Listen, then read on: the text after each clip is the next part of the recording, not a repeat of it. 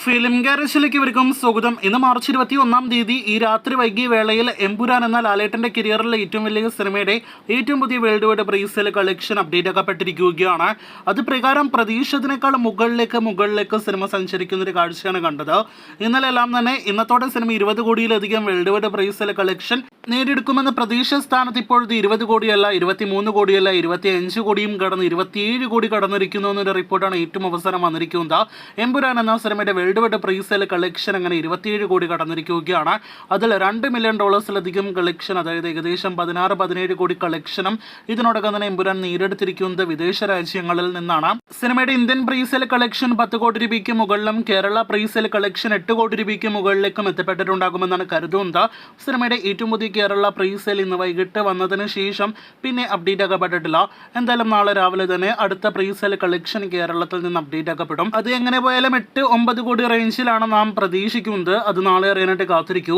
ഇനി world wide ആദ്യ ദിവസത്തെ കളക്ഷനിലേക്ക് വരികയാണെങ്കിൽ 27 കോടിയിലേക്ക് സിനിമ ഇപ്പോൾ തന്നെ ഇനിയും റിലീസിന് 5-ലധികം ദിവസങ്ങൾ ബാക്കിയുള്ളപ്പോൾ എത്തപ്പെട്ടിട്ടുണ്ടെങ്കിൽ ആദ്യ ദിവസത്തെ സിനിമയുടെ ആകെ വേൾഡ് വൈഡ് ഗ്രോസ് എത്രയായിരിക്കുമെന്നാണ് ഇനി നാം ഉറ്റുനോക്കുന്നത്. നേരത്തെ ഒരു ഘട്ടത്തിൽ ഏറ്റവും കുറഞ്ഞത് പ്രതീക്ഷ ഒരു തുകയായിരുന്നു 30 കോടി. ഇപ്പോഴത്തെ 30 കോടിയെല്ലാം തന്നെ പ്രീസെയിൽ കളക്ഷനിലെ സിനിമ നേടിയെടുക്കുമെന്ന് ഉറപ്പാക്കപ്പെട്ടിരിക്കുകയാണ്.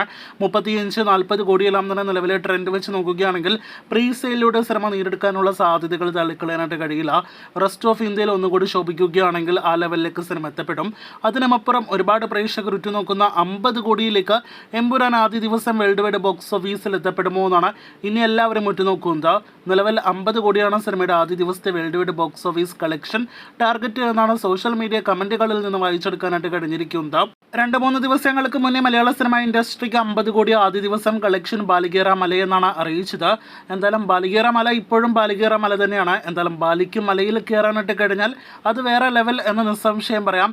50 കോടി നേടിയെടുക്കട്ടെ എന്ന് ആശംസിക്കാം.